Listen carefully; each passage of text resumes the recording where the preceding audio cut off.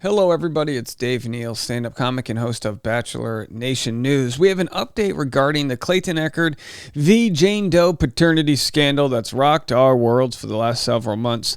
A source has come out and says the third test that is to be proven whether or not Clayton Echard is the father of Jane Doe's twins, unborn twins, some 24, 25, 26 weeks pregnant at this point, with a due date allegedly of February 14th. Well, ladies and gentlemen, we're going to break this news right here, so let's just push over the breaking news button. We can announce sources claim there is little to no fetal DNA on this third test. What does that mean? Well, we're going to dive into exactly what this means. Follow me on Instagram at DNeals, patreon.com/Dave Neal for behind-the-scenes bonus content. I'll be going live right after this to continue to discuss this case, Bachelor Rush Hour, the hit podcast.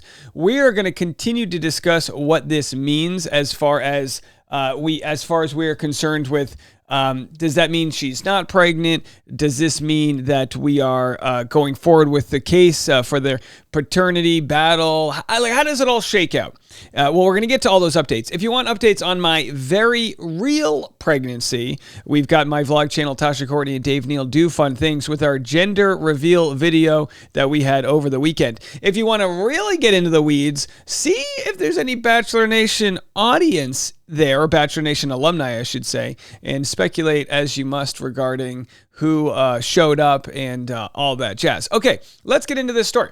There was a motion to dismiss, what today is Wednesday, this was from Monday, a motion to dismiss the court case, which tells us a lot. Family court case was started on August 1st, 2023. The petitioner is Jane Doe. Per is the attorney, which means herself. And they had different, updates, petition for mediation, a ruling, this and that. Well, on December 4th, Monday, there was an intent to dismiss the court case. Whether or not the court case will be dismissed is yet to be determined, but what this shows is, and as folks have given me this update here, it means the court does not believe there's a baby or set of babies to argue over. The case is dead, folks. This was sent to me. The court requires some sort of movement on this case, and if not, they'll dismiss the entire case. Looks like Jane requested mediation, which normally is the first step in getting a parenting plan agreement. But in these types of situations, the court will require proof of paternity before requiring them to attempt mediation. So maybe they simply haven't proven paternity yet, and the court is making them do so, or they'll close the entire case. If the case is closed or dismissed, I'm sure Jane could reopen it, but she would need to submit some sort of proof of paternity, or Clayton would have to agree in writing he's the father of the child and children. Yeah, you might have instances where the dad knows he's the father. He's not trying to be a scumbag. They're just trying to, go over custody, joint 70-30, 50-50, 90-10, whatever the case may be. And the father might say, I'm the father, and they sign the paperwork. Well, Clayton argues he's not the father, and also argues that the kids aren't even real, but specifically says, I will take these tests. What we're understanding here is fascinating information. The first time Clayton claimed in his allegations that there were little to no DNA, he posted this. We covered this as a live report from Doha, Qatar in the Middle East. But he claimed, listen, it's Friday, and you know what we need on a Friday? We need some good news. And who has got the good news today? I got the good news today, Clayton began in his Instagram video. The test results came back early, and they said little to no fetal DNA present. Let's go, baby. Or not a baby. I knew that was going to happen, and thankfully 5 months of torture can finally be put to rest. That, of course, over a month ago. Was the torture put to rest, or has it been prolonged? Since then, Clayton won his injunction against harassment on Jane Doe, which means she can't contact him, right?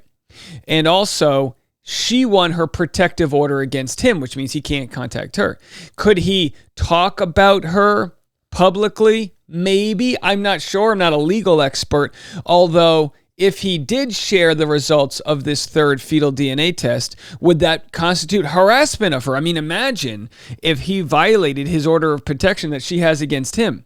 Imagine he ends up having to serve jail time for violating an order of protection, even though he rightfully believes he is not the father of her unborn twins. Here's where it gets interesting. So do we need our Law and Order music or an X-Files? Let's go. Here's where it gets interesting, folks. So she's got an order of protection against him. We'll call that a restraining order, right? It turns out the DNA company, and again, this is information that could use fact-checking, but the DNA company, Ravgen, has a policy where they don't share the paperwork of the results when they're inconclusive. They would only share the paperwork of the results if the results showed Clayton was the father. Now, if Clayton was the father, are we not to believe Jane Doe would share that information immediately? She's been on top of the internet's ass. She's been on top of the internet's ass as far as correspondence goes to prove her case. I've sent proof I'm pregnant. I've showed this. I've redone this. I've emailed that. Nobody wants to listen to me. We're listening. We're waiting. If there are results of the third DNA test, we'd like to see them. Now, if Ravgen doesn't share the paperwork, if the results are inconclusive, that leaves us to ask a few questions. One of which being, Jane Doe chose Ravgen as the company. There are multiple companies you can choose. Did she know beforehand, if the results were inconclusive, that they wouldn't be mailed out? Now, don't get me wrong. Clayton possibly gets a phone call from them. Yeah, we got the results in. There's still little to no fetal DNA. We're waiting on the results of the fetal. Maybe these twins love playing hide and seek and they're hiding behind the bone marrow. We just haven't found. They're in there, with a needle trying to find them, and their twins are playing limbo. Like, can't get me now, bitch. We don't know. I mean, if she knew that Ravgen wouldn't be returning these results with hard proof, that would be a very opportune place for her to take a test if she knew she wasn't pregnant. What else is interesting is that after the third test results came in, a source informs me that Ravgen actually refunded Clayton for the third test he took. Is that their way of saying, look, man, you could take these tests all day long. We're just going to give you your money back. Here's your $900 or whatever it is. That's interesting. But what's really interesting to me is how easy it was for her to get an order of protection against him. In a family court system, that's like using performance enhancement drugs in a baseball game, right? It's obvious in most cases that the person who would need protection in some sort of domestic issue would be a woman. That's obvious. The most dangerous man in a woman's life is usually her partner, her father, her cousin, somebody she knows, a coworker. That's usually the case. So it's over an abundance of caution that these order of protections come out. Now, could he possibly go online and share a story that the third test came in, I'm not the father? Yeah, that's possible he could do that, but why risk doing that when she's already got this order of protection against you? So it's my belief that an order of protection is used to silence somebody else when it's not used for actual reasons. Does she actually fear for the safety of her unborn children, as she alleged when she leaked a story to The Sun? I don't believe so. He's the one who had the order of harassment against her after the judge admitted she had, multiple email accounts and phone numbers and sent some god-awful number, like 500 text messages to him. Her only defense in the injunction against harassment against him, her only defense was he would unblock me, then tell me to go away, then reblock me. He keeps on texting me. I mean, he's basically asking for it, right? I'm going to share several clips with you guys and share a little bit more regarding this fascinating information. Now, there's no surprise here that the third test provided little to no fetal DNA. How quickly we were to get the initial story out when it looked like Clayton was the bad guy, and how silent we have become, and I use we collectively, I mean Jane Doe, when it comes to the results of these tests. My DMs are open. My lawyer has been corresponding and returning and entertaining the questions and comments from Jane Doe. If she wanted to provide the Ravgen results of that third test, I can assure her the emails will be opened by my lawyer. Why I believe she won't do that is because she actually alleges to my lawyer that the Federal Bureau of Investigation, we call that FBI in short, is interested in content I've been sharing online, maybe because it's the internet, so there's a bigger jurisdiction. How odd. How odd if they go to my page and they see videos like this. Are they going to bust down my doors for sharing these allegations? I don't believe so. And I think it's rightful to call bullshit on that. And also, I've been told that that claim was made in past cases. I'm going to pull that up right now for my eyes only. In past cases, the FBI also was used to allege that former folks that she's been in court with are doing things that I guess would be federally illegal. Those were considered old tricks. Well, that's why we share it publicly, because we think transparency is important here, because it's wicked what one can do to someone's mental health when they think a justice system is out to get them. And sadly, it appears this same justice system, in part, is protecting her from what's going on. I'm going to share 3 clips with you guys. You testify that there's absolutely no possibility at all that your alleged twins are anyone other than Clayton, correct? There's no chance they're anybody else's. So she says there's no chance they're anybody else's. Does she think she has plausible deniability? Because, well, there's nobody else's because they don't exist. But you understand that Clayton has been very clear from day one that he did not have sexual intercourse with you, right? Clayton was not. If you look at the June 4th message, Ma'am, these are yes or no questions. So Clayton's attorney says, ma'am, these are yes or no questions. Does she do birthday parties? I'd love to hire Clayton. I couldn't afford her, but I'd love to hire Clayton's attorney just to cross-examine people. Ma'am, this is a yes or no question. Are you or are you not turning 12 today? Is this not a quinceañera? Ma'am? Well, it believes to be. No, ma'am, it's a yes or no question. All right, I love it. So she says, well, if you look at the June 4th text messages, and June 4th text messages would be at the time in which Clayton was either entertaining her at the possibility that there was a turkey baster sort of issue or a blowjob baby, immaculate conception, although I'm sure there's nothing immaculate at all about it.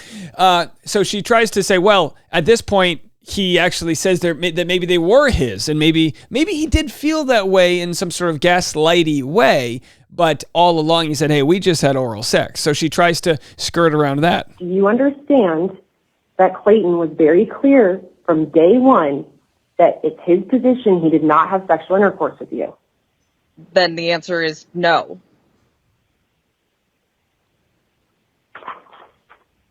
And as we sit here today, you have participated in 3 DNA tests to try to prove that Clayton's the father, correct?